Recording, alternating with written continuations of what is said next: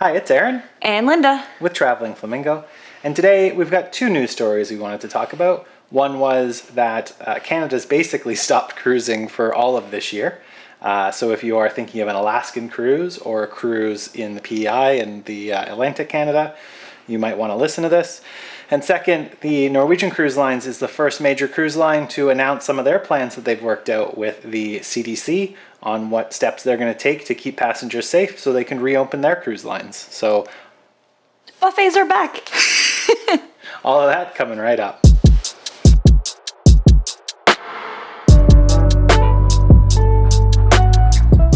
So as we know, on May 20th, NCL had extended their suspension until the end of July 31st.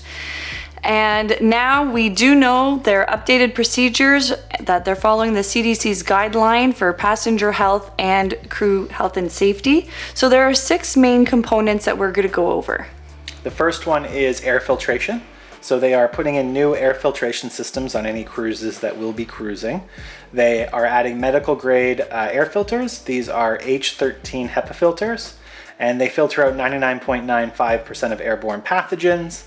And they will be put on all NCL cruise ships that start traveling. So you can be prepared for apparently cleaner air. And we've also heard that the actual virus itself, the coronavirus, is large enough to get caught by these filters. So hopefully that will allow more safety for all of the people on the cruise lines.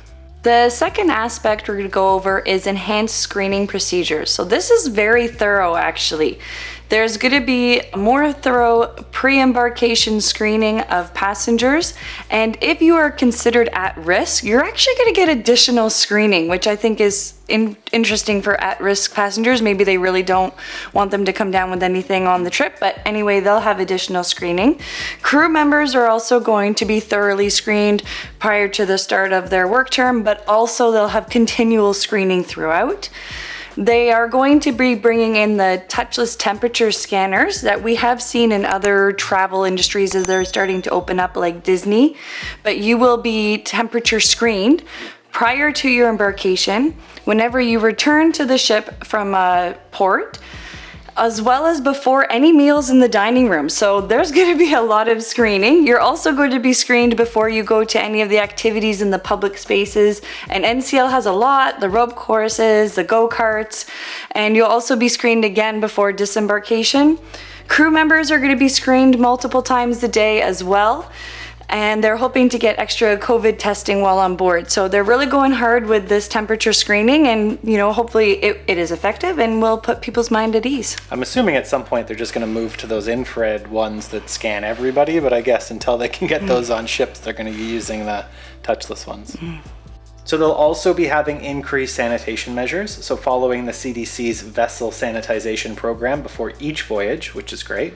Embarkation terminals will have additional cleaning. They'll also be doing fogging before and after each embarkation and disembarkation. The fogging, they use the hypochlorous, which is a chlorine-based bacteria, antibacterial, which kills obviously bacteria, spores, and the virus apparently. And it's natural and safe for public spaces, so that's always great to have. They're also going to be stepping up how much they clean, so there's going to be more and more cleaning and sanitization of your staterooms and public areas. They will be using electrostatic sprays for this, and there'll be a cleaning schedule that will be all day, every day, 24/7, I'm sure. Additionally, buffets are still a go, as Linda said. And they will be full service, so instead of you just going to put food on your own plate, there will be people there to put food on your plate so that no one's touching your food or sneezing over your food. And I'm sure they'll clear the food if something does happen and come out with more food and get rid of that. So it's encouraging for passengers to also be frequently washing their hands and sanitizing, and I think all of you should also make sure that you're cleaning your hands and sanitizing, not just now, but also when you're on cruise ships. Yeah, as you were saying with the buffet, like we predicted that it would probably be more full service if they do go ahead with it. And I also, now we know they're going ahead with it, I just have more questions. Like, will it be open the same amount of hours? I mean, some cruise ships, their buffets are open 24 hours. Is that going to be the case? Is it going to have shortened hours? Are they going to have less variety? Because now you're having to have somebody serve all the food. That's going to take a lot of people.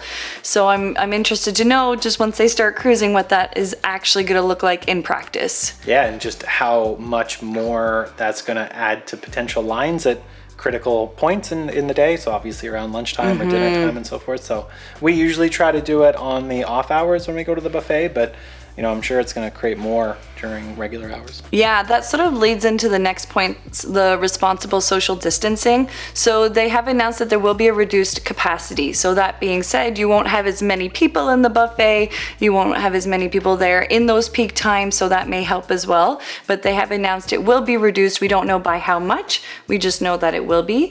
And they will be staggering embarkation as well as bringing in the online check-in again to try and reduce the amount of social contact that there has to be between people.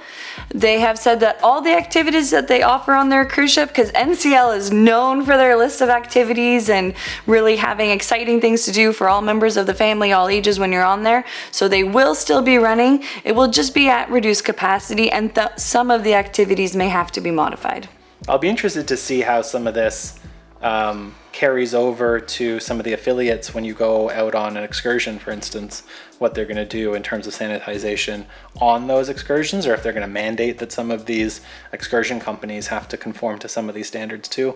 So I'll be interested to see, that's obviously not relevant to them starting to cruise, but I think that's another important sort of safety thing that we'll have to talk about at some point. So there's also going to be enhanced medical resources. So you can expect for the medical facilities on board to have additional testing kits and so forth for COVID, along with medical supplies and rapid tests for COVID-19 as they come out as well, just to make sure that everybody on board is safe. They will be increasing the medical team, so they're going to have more people on hand to support you if you do fall ill, and I guess identify why you're ill, if it's the common cold or COVID. They'll also have dedicated isolation accommodations as required. And there's also a new position, which I think is great, the public health officer on board, and their responsibility is going to be for sanitization and outbreak prevention on the ship, which I think makes a lot of sense to have somebody who's actually responsible for just that key function. So I think that's a great next step as well. So the fifth aspect of their policy is extended ship-to-shore safety. So they're only going to be stopping at port of calls that are open, so that sort of makes sense. But there might be itinerary changes. So for example, if you were supposed to be stopping at 5 ports and one of the ports isn't opened, it does not mean that your trip is canceled. It just means that your itinerary might be changing. So, just keep that in mind. That makes sense, only stopping at ports that are open. The last aspect is the booking flexibility. So they've come out with a temporary policy for individuals and groups. I did have to read through this a couple times and with Aaron's because there are dates of certain policies and then another policy comes into place. So we've tried to simplify it and break it down for you guys now. So until November 30th, you can cancel up to 48 hours before and get your money back. As of December 1st, that changes. And if you do have a future cruise credit, you've canceled and got a future cruise credit or will, if you cancel in the future, you do have until December 2022 to use that credit. And then as of December 1st, you can cancel up to 4 months before your cruise to receive the full refund. After the 4 months, there's a graduated penalty up until you won't get any money back. So if you are booking after December, make sure you have a look at that policy. It does break it down depending on the length of your cruise, depends on how far in advance you can cancel it and still get all your money back. But no, until November 31st, you do for sure get, or November 30th, you do for sure get all of your money back if you cancel 48 hours in advance. And I think that is helpful for people maybe who had their trip canceled in April or May and they've booked it for September, October, hoping to still get a cruise in this year. But COVID is still very much real in our world. So, just know you don't have to cancel it now. We can wait till September and see what happens. And then you can cancel it up to 48 hours before. Yeah, I think from a policy perspective, everything else we talked about is pretty good. I think that this is probably one of the things that seems a little shortchanging in some respects in terms of how much time you have to cancel and how quickly they're going back to previous cancellation policies. But that is the case. And if you are on a Norwegian cruise, do keep that in mind. I'm sure others will have something similar at some point, but do keep those dates of cancellation in mind. So in other news, for Canada, we are basically stopping cruises until October. October 31 specifically. Basically, this means that most of the Alaska and the Atlantic cruises are going to be closed. And that's because in order for a lot of these cruise lines to actually have a cruise that's compliant with the laws, you need to stop in another country before you can come back. And obviously, if you're going to Alaska or you're doing the Atlantic, you basically have to stop in Canada. And so since Canada is stopping our cruising until October 31st, that means that there's basically going to be no cruises until October 31st in those two areas. Mm-hmm. Yeah, so it was Mark Gagne, who is our Minister of Transportation, and he has said that cruises with overnight accommodations that are allowed to carry more than 100 people are prohibited from operating in Canada waters until October 31st. So that does, I mean, only 100 people, you say only 100, but that really does all cruise ships, you know, it affects them. And it's going to have huge effects on many ports in Canada. And as you said, the American ports where the cruise ships are passing through to as well, who really depend on the tourism industry. And you understand that this decision is being made looking at people's health, looking at the scientific evidence, but that doesn't mean that it's not going to be hard, and that doesn't mean that it's not disappointing and devastating for huge communities and people as well. Yeah, and you look in Canada, some of the populations that we have are a little bit more at risk, like the Indigenous communities are a bit more at risk, and some tourism does go into those populations. So, you know, it's sort of a trade-off again of public health and how are you going to sort of manage this and the economy as well. So, you know, cruising is an important industry in Canada. In Canada, it's about a $4.1 billion industry in 2018.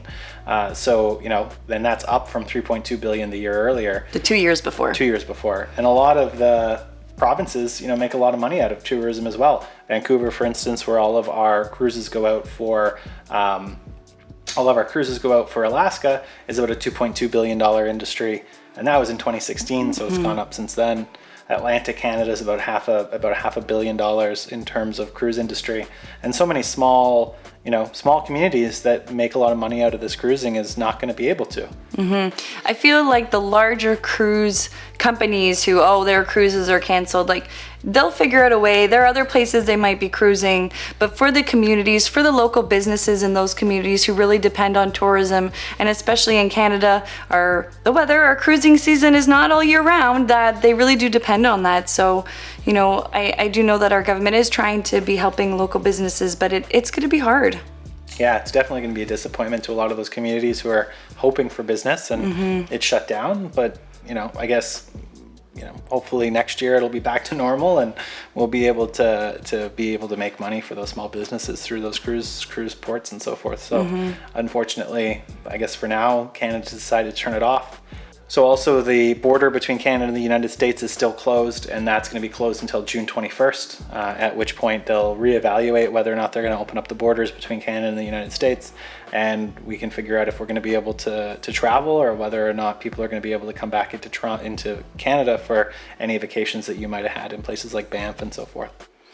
Yeah, it's really uncertain times, and we do hope that everybody is staying safe and staying healthy and talking with your families about what's going to work best for you, because who knows? It can be really scary, and you know, you do as a family have to decide what's going to be the best for you and be safe for you when it comes to travel right now. So we'll keep you up to date with all the different cruise policies that come out when we find out. We'll also keep you up to date probably about weekly. We'll have sources for all of this information in the comments below as well. If you want to check out the resources we use to make this video, feel free to do that. And please share with your comments. We had our Disney video last week about Disney World reopening, and there were some interesting comments. Some people saying like, I'm not going, I'm not wearing a mask, like, sorry, you know, I'll get my money back or lose the money. And you know, other people saying, well, I've got a trip in January, I can't wait to go, and hopefully that, you know, things are open for then. That's interesting. One thing that they didn't talk about is masks, and they didn't talk about sort of the necessity of masks on any of the stuff we saw from NCL. So who knows what that's going to mean. It's a bit of a difficult proposition to have a mask in the heat of the Caribbean in August. You know, there are occasionally older people who are on cruises who, you know, may not be able to necessarily breathe with the mask on. Well, careful, Aaron. There's still a couple months yet till they open, so they may still come out and say, you know what, for extra safety, if you're out in public places on the cruise ship. So I wouldn't say no just yet. Yeah, no, they haven't yet. but Yes, maybe they will. So Yeah. we'll let you know. So we hope that you have found this video informative. Please do leave comments below. If you liked it, please do hit that thumbs up and subscribe button. We'd love you to join our little traveling flamingo community here. So thanks for watching and happy travels.